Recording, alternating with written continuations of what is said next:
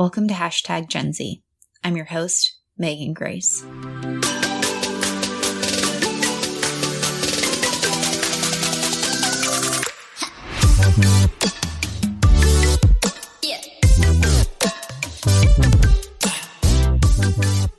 Hey there. This is episode 32 of Hashtag Gen Z. If you've been tuning into recent episodes, we've been exploring various forms of expression and identities among Generation Z. This episode will be focusing on how Generation Z uses fashion as a form of expression. While using fashion for expression is not unique to this generation, how they've leaned into and lead fashion trends is something of note. And no, this won't be a debate about skinny jeans or side parts. As Generation Z continues to grow up and gain more financial buying power, more companies are paying attention. But if we're paying attention closely, you'll know that Generation Z isn't just going to buy just to be in style. A study by McKinsey & Company found that 9 in 10 members of Generation Z believe that companies have responsibilities to address environmental and social issues. We've known for a while that Generation Z are conscious consumers and that the values and practices of a company truly matter to Generation Z. But what else matters when it comes to fashion? This is William Tincup, and I'd like to talk to you a little bit about Indeed FutureWorks. Ryan and I attended the conference last year, and we created a limited series for Indeed where we talked to their customers. Great stories around TA and how they use Indeed to the max. So check it out. It's just Indeed FutureWorks 2024. You could search for it wherever you get your podcasts. Thanks. In this episode, I'm joined by Madison Semarjian, the 23-year-old female founder of Mada. Madison holds a BA in English from Boston College with a minor in creative writing and an entrepreneurship portfolio. She grew up in Novelty, Ohio, where she spent her childhood training as a competitive figure skater. Madison now resides in New York City. So I'm very excited. I am joined by my new friend, Madison Semarjian, who's the CEO and founder of an awesome fashion app called Mada. And I was really excited to hear from Madison because I think that there's so much entrepreneurship within Generation Z, but this intersection of fashion and expression. And so, Madison, welcome to the podcast. I'm so excited to have you here. So tell me a little bit more about yourself and your entrepreneurship journey. Yes, well, thank you so much for having me. I'm so excited to be doing this. So I grew up outside Cleveland, Ohio, in a little town called Novelty.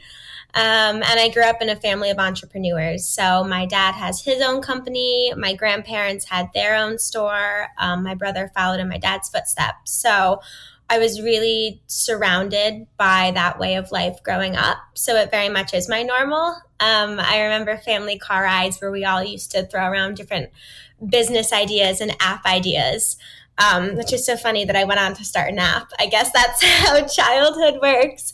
But then I went away to college in Boston. I went to Boston College, and I was very set on being a journalist.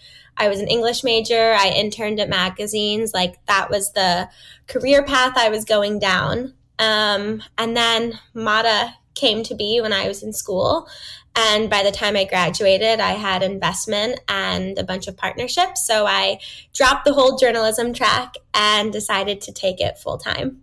Well, first of all, your family sounds awesome, and like a family I would love to take a road trip with, because I feel like I'm always thinking of business, like just fun business ideas that might not ever happen, but it's fun to think that way. And I'm sure that has certainly helped with your creativity throughout your life in thinking and solving problems. So that is such a great start for you. And I think that you'll find that your journalism background is not completely to waste. It's important to be a strategic communicator and a creative communicator. I think that comes with being an entrepreneur as well. So what really inspired or called you to start Mada? And tell us a little bit more about what Mada is and how that app serves people. Yeah, so Mada is a shopping and outfitting app. So we've been dubbed Tinder for outfits. So we created an algorithm that can learn your personal style and put together outfits for you. And we partner with everyone from luxury brands to more mass fashion brands as well. So there's about 3,000 on there, ranging from Nordstrom and Gucci to $10 t-shirts we think are awesome quality. And I had the idea, I was getting ready for a first date. I think it was my freshman year. And I was like tearing apart my closet, and my roommate saw me like completely tornadoing. And I was like, what do I wear? And she was like, well, just wear what makes you feel the most like you. And after that, I just went into a deep dive, and I really wanted to figure out like the emotional connection between what people wear and how they shop and how they get dressed every morning. And to see how that worked, the psychology behind it. And so throughout all my research, I came to the very obvious answer of the best outfit is the one that makes people feel the best and feel the most like them. And I figured, we swipe on our romantic prospects. Why can't we do the same with our clothes? And so that is how it was born. And then I spent the next 4 years building it up. I sent thousands of cold emails. It was a very, very, very long process. And then we launched January 2020. What a time to launch a business, right? No, I'm sure it's taught you a lot of lessons. But I really love that philosophy that you've got. And I think that takes so much time. As someone who's slightly older than you, getting that message of just wears what feels good to you and makes you feel good is something that I think so many people wish they would have learned earlier, because there's so much pressure, so much societal pressure, especially when you're growing up, like when you're a tween, a teen, and a young adult, there's this pressure to wear the cool trend. And maybe that's not always the cool trend that's like makes you feel the best you. And so I think I just learned that lesson like recently of just being like totally cool with this is what makes me feel happy. It makes me feel comfortable and confident. So I love that that's really at the heart of what you're trying to do with this app and help people. And we're going to get into Gen Z and expression, but I have to imagine that's kind of there and that's present in what you're trying to do. But let's stick to starting this amazing app that you've worked so hard on for the last few years. What has been one of your biggest challenges or hurdles in starting and managing Mada? Yeah, that's a great question. With entrepreneurship, there's always something. Every day it is a roller coaster, that's for sure. But I'm someone that I love to fly before I can crawl. And I always am looking at the big picture and where I want to go. And so I think that because of that, I have this idea of a timeline, or I did have an idea of a timeline of when I wanted everything to work and go. And I've learned, I make a plan and then it goes absolutely nothing like I was expecting. We were supposed to launch September of 2019. And, I am very overambitious. So I was trying to sign on as many brands as I could. And my advisor was like, Madison, chill out. Like, you have enough. Let's just launch. Let's play it safe. And I didn't do that. And the app crashed about like a week before we were supposed to go live. And so then we had to put it off all the way until January. And so I think really learning to be flexible and adaptable to things has been a lesson that I'm learning the hard way, definitely. And understanding that it can take 4 years to sign one brand on board, but then within 6 months, I can have 3,000 after that. So nothing quite moves on its own timeline. And that's been a lesson I've been really trying to accept recently. Yes, I think if 2020 taught us as the society anything, it was to be adaptable and realize that plans are going to change and curveballs are going to come. And so I'm glad that you actually got a little bit of a heads up on that one as you were starting this app. But it's good to hear that things are moving and shaking with this. And that's fantastic. I love to see young people in entrepreneurship. I think there's a certain level of energy that's required for entrepreneurship, and why not in your youth to go pursue it. And so I am just so proud to hear of what you're working on and being able to provide to people. So really, as a member of Generation Z, you've got a pulse on what is cool and really what is the trend, be it a certain style or just an ethos around fashion and trends. So let's talk. Like, what are some of the major trends that you're seeing among Generation Z related to fashion? That can be a specific style or just a mindset around fashion. But I think that that's something that everyone's curious about. Every generation kind of has their own vibe, their own style thing. We won't even get into side parts and skinny jeans. I don't want to go there. But I know that you've probably got an idea around what really matters to Generation Z when it comes to fashion. Yeah, we can talk general and then we can get more specific if you want. But I called up my friend the other day and I was like, do you think it's okay to wear suede cowboy boots in the summer? And she was like, Madison, anything goes nowadays. It's all just how you wear it. And I think that really describes Generation Z very well, our age group. It's very much everything's back in style. You're kind of saying, oh, the 2000s and the 70s and this and that. And it's like, okay, so what isn't in style anymore? And I think that that really shows so much about our age group and how I think we're really pushing the envelope with things, and we're very much, the whole free to be you and me is really starting to come out socially and then in business. And we're really seeing it in fashion too. So I got the suede cowboy boots. And I'm going to wear them in the summer. And I think it's really about like finding what works for you, like we were talking about earlier. That's how I really set up Mada. So if you want to wear the trendiest, newest dad sneaker outfit, like you totally can. But if you're someone that likes, to play it a little bit more safe, if you're someone that doesn't even really like to participate in trends, you can do that too. It's all about really amplifying your own. Madison, I love your thought around this idea, like you can wear what you really, the identity and the style with Gen Z is just wear what makes you feel happy, and what you can pull off and what you're most comfortable in. And I think that is so much, we're seeing that in identity and expression around Generation Z a lot. And I think that that's fantastic, that there's not this like element of judgment. Way back when it was like, if you had the wrong shoes at school, like you weren't considered cool or you weren't considered accepted. And I think that the love and acceptance acceptance that is present within Generation Z is just permeating into so many elements of life and society with Generation Z. So I would love from your perspective, how do you think fashion plays a role in Generation Z's expression and personal identity? I think that Generation Z, not just in fashion, we really question a lot. And when older generations accepted this is, how the way things were done were always done, this is how we're going to do it, Gen Z really questions why.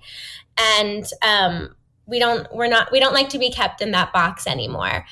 And I think that we're really starting to see that with, our fashion choices as well. And the fact that, everything is coming back into style and you kind of can wear whatever you want. Granted, I live in New York City, so I want to make it clear that my experience with that may not necessarily be where everyone else is at, because in New York, everyone is ultra expressive anyways. So I do have a little bit of that skewed lens there. But if you look at what Coco Chanel did back, right before she got really popular, there was this, hyper feminine way of dressing. And then she really took this very like relaxed, boyish approach to it. And I think that really showed a change, too, in women's rights and the roles that they wanted to play and questioning all of that. And you're seeing a lot of that pop up into fashion now and like mixing, menswear and women's wear and unisex clothing as well. So everyone's pushing the envelope and everyone's really questioning things, which is something really exciting to see and be part of. Absolutely. And I think that this mindset around gender inclusive clothing has grown a lot with Generation Z when we think about identity, and with young people continually pushing, I don't want to say pushing the envelope because that's not it at all, but continually questioning, like, why are we in one box or the other? Why can't I wear, as you mentioned, like something that would be traditionally men's wear with a skirt, which would be traditionally women's wear, or looking at pieces that are traditionally for one gender or the other, because I think gender expression is very different and the intersectional identity of Generation Z is very different than youth even just 20 years ago, 30 years ago. And so I think society is evolving too. When we think about humans are humans, just let people wear what they want to wear and be happy and operate and be a good person. So I love to see that Generation Z is kind of ushering this in, that there's this element of expression and acceptance. And I think that's really important, because wearing the right thing can be scary. You always think like, who's judging me, or who's saying that what I'm wearing is right or wrong. Yeah, definitely. And I also think going off of that is our connection to brands. And I think that a lot of people say that younger generations are a little bit more fickle and a little less brand loyal than, older generations. And I really beg to differ with that. And I think that we're not less loyal. We're just expecting a lot more from our brands socially, also experience wise, and how they are connecting with us. So I feel like a lot of brands are just, there's all this noise going on. And they're talking a lot, but they're not saying anything super meaningful. But then if you look at the brands that we connect with, like when we love something, we make it go viral kind of thing. Look at how it works with social media right now. And the way we're marketing to Gen Z is so important. And if you look at, we don't believe all of the advertisements that I think past generations have. And like with influencers and authenticity and the rise of, we want our peer talking to us. That's why there was the rise of influencers. And now there's this whole, this idea of people really just following the influencers that they feel are authentic. And we're really questioning a lot. So I'm seeing a huge shift in that as well. Could you give an example of some of the brands that Generation Z has kind of rallied around for especially resonating with some of the more social values or inclusive values that Generation Z has? Mm-hmm. Gucci, I think, is really leading the way in this. And very much, they donated a lot to gun control rights. They stand behind Pride. They went for free very early on before a lot of the other luxury brands joined. And then if you look at that, look at a lot of younger kids that can't necessarily afford Gucci yet are going to Gucci for their splurge purchases, or finding their vintage bags from Gucci. And so you see people that can't necessarily buy all Gucci, like splurging and investing in them because they really stand behind them. Or then on the beauty side of things, Glossier. I mean, look at how that took off and, what they stand for. And so, yeah, that's been really interesting to watch. Yeah. Do you have any, and on the flip side of that, what would be a brand example, and we're not slandering anybody, but a brand that has kind of either fallen in grace from Generation Z or we've seen a little bit of movement away from? Because I know that there is this tide within Generation Z that divestment is still a powerful tool, even if it's individual consumers. And so I'm always curious about, what are some brands that they have potentially moved away from and we're seeing a youth divestment, whether it's official or not? So I think that the traditional retailers were really struggling. And we've seen a lot of them go under recently with COVID and also before COVID. And I think, bigger organizations have a really difficult time adapting faster. And so, I mean, look how Barney's went under. Then there's Lord & Taylor, a lot of those. And so retailers are actually our biggest partner. And that's why we came in at the time we did. And we're actually very strategic about those partnerships. Because I don't think I know that the retailer model is not dead. It just needs a breath of fresh air. And that's really where we're coming in at Mada and helping. So I don't think the younger generations are going to move away from them. Definitely. I just think that they're going through a little bit of transition and growing pains. And we're working very closely with them outside of just our native app, but through their technology and stuff as well to help them really adapt. Now, if you're thinking about what works and resonating with Generation Z from the brands that either you've worked with or that you've kind of observed, it's part of your job to be doing that. What do you think are the key things that brands should be paying attention to and prioritizing when we're thinking about better engaging Generation Z, either as consumers or investors or whatever that might look like? But what do you think is key to engaging Gen Z when it comes to brands? Yeah. It's not enough to just sell a good product anymore. It's not. If I can find that product in a million other places, we're savvy. We can find it cheaper on Amazon, faster shipping. We can find a lookalike. We can buy it vintage. It's not enough to just sell things. You really need to work on building that emotional connection with the customer. And through our research and our data with Mada and also what we're seeing from our brand partners, the key to that is being the resource of inspiration for them. Brands aren't just competing with other brands anymore. They're competing with anyone that has their customers' attention because we are everywhere. nowadays. And so Instagram, TikTok, all of those, that is competition, in my opinion, in some way, shape, or form. And what we've seen with Mada is we actually have a very, very high engagement rate and average session time, outperforming a lot of the main social media platforms. And so that's been really interesting to see. And then talking with our customers, we have become that platform of inspiration for them. And so now we're, figuring out how we can use the success that we've had being that resource of inspiration and then help brands do that through their own sites, not just through Mada as well.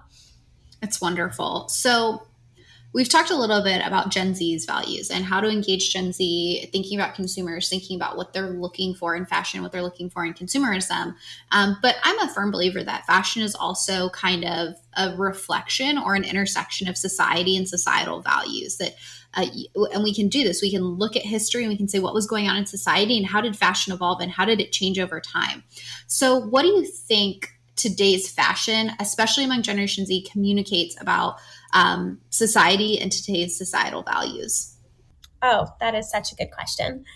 I think it really comes back to the whole free to be you and me that I think that we're really seeing right now. There's always going to be trends. That's something that I look around in New York and you see people dressing all differently, but then you do see a lot of people that give into the trend. That's never going to go away. But I think it really does come back to the whole free to be you and me movement that we're seeing. You look around and there's always going to be trends, and that's something we're always going to see. But I think that people are I think it's really coming back to your own individual style. And that's really what we've been trying to do with Mada from the beginning. And if you look at Instagram started as this place of really pretty pictures. And it turned into a space of, here's my really curated life, and here's my perfect outfit, and look at me smiling with my matcha latte. And now I'm really seeing it shifting into, let's show the behind the scenes. Let's show the pimples on my face, me a mess. We're all in quarantine. People really want to see imperfect nowadays. And I think that that's really going to translate into fashion. And I think the place that that's starting is on social media right now, and people just getting comfortable sharing. You need one person to share their struggles or to show their not so perfect picture for you to do that too. And I think that really is permission to be yourself. So as we're starting to see, every style come back into fashion, and we're seeing a lot of rainbow and bright colors, and really everything's out there. I think people will really feel permission to be themselves and start dressing like that as well. Yeah, I think that is such a good summary. That I think society is just at a place where we can do our best to keep up with trends, but at the same time, trends are trends and they come and they go. And I think that there's a lot of value in exploring the trends to figure out what really works well for you and what's going to be sustainable for your life and your future and who you are. And I love that Gen Z is leading the way in that. And you saying sustainable remind me of this. Recycling fashion, huge right now. Fast fashion really popped up, and with Gen Z, it's going viral. Of course, we have our Zaras, and things come into our closet very fast, and they're leaving our closet very fast, but they're not going to the dumpster necessarily. They're going to someone else's closet. And I think we're really going to see an increase in recycling fashion as well. And buying vintage and borrowing from your friend's closet and rent the runway. Fashion, the life cycle of a piece of clothing is becoming so much more circular, and it's not ending up in the trash as much, or at least we're trying not to have it end up there. And I think that shows so much about Gen Z and the social causes that we care about too. Workers' rights and saving the environment. And so we're being very conscious about our clothing, where our clothing's coming from. I don't think we're totally there yet. I think we're still on our way to it. But we're starting to hold brands accountable, and we're starting to hold ourselves accountable. And being very intentional and conscientious about where we're making our purchase and where the clothing is going after we're no longer wearing it. So I'm really, really excited to see the direction that we move in as consumers and also brands when it comes to the ethics of our clothing decision making. Absolutely. And I think that conscious consumerism is growing. I think that's an amazing trend that people are becoming more aware of, not only the companies that they're buying from, but the business practices and the sustainable elements of it. So this idea of socially conscious consumerism, not only in fashion, but in other elements, I think is growing. And people will call it cancel culture. I don't think it is. It's this idea of we're not investing our personal money into companies that we don't believe in. And I'd love to see that growing. And I think that people feel better when they know where and how their clothes are made, and that they are ethically and sustainably made. I feel like $1 million when I wear my Rothy's that are made out of recycled marine plastic. Live for it. And I tell everyone about it because I know that it's something where I've helped a little bit. Even if I'm just one person with one pair of shoes, that's the chain reaction that it creates. So I love that Gen Z is kind of leading the way on that. If you haven't gathered, I'm a big fan of Gen Z. And it seems like you are too, which I love. So I ask every single one of my guests this question, and I think I'm really excited for your perspective on this. But what is your favorite thing about your Generation Z peers? My favorite thing about my peers is how we're not willing to accept the status quo anymore. One of my favorite, I love Mary Oliver. She's a poet and writer, and she has this quote that's there are the people in the world that make the world go round, and there are the people in the world that make the world go forward. And I think a lot of Gen Z is falling into that latter category, and we're really trying to figure out how can we improve, how can we make tomorrow better for the generations that are coming next to us, but they're coming next, yes. And so I'm very proud to be part of that generation that's really thinking about that and helping push things forward. I think that is absolutely true in so many ways that I've been able to observe, research, and connect with Gen Z just like yourself. I think that's very present. And I'm excited to see how they continue to push forward and help our society. Well, Madison, thank you so much for being here and sharing your insights. This has been such an enlightening conversation for me. I think it is absolutely fantastic what you're doing with your work with Mada and continually pushing positive messaging around fashion and expression, but also sustainable and conscious consumerism. So thank you for the work that you're doing. I'm sure people will be definitely interested in being able to follow you. I will share some information in our show notes, but if people are curious about following along with your work and everything you're doing with Mada, where can they find you and what's the best way for them to stay involved and tuned in? Yeah, you can find our Instagram at the Mada App. And then you can find us on the App Store the same way. And you can email me at madison@themadaapp.com. I love to talk to our customers and our users and to hear all of your feedback or conversations. So please reach out. Thank you so much for having me. This was so fun. Well, thank you for being here. And I'm excited to share your story. So thanks, Madison. Looking for the inside scoop on payroll? Whether you're a payroll pro or just curious about your paycheck, we've got 2 podcasts you cannot miss. It's About Payroll delivers the latest trends for payroll pros, and It's About Your Paycheck is here for employees, breaking down pay and rights in simple terms. 2 great shows, 2 great hosts, and endless insights to keep you informed and empowered. Subscribe now and elevate your payroll knowledge. Brought to you by Work Defined, where payroll meets people. A big thank you to Madison for joining me in this episode to share her insights about Generation Z and fashion. It's hard to fully capture the essence of Generation Z trends, but I think Madison did a wonderful job. That for Generation Z, the biggest trend is confidently being yourself, but that brands that Generation Z is willing to invest in have to be aligned with their values.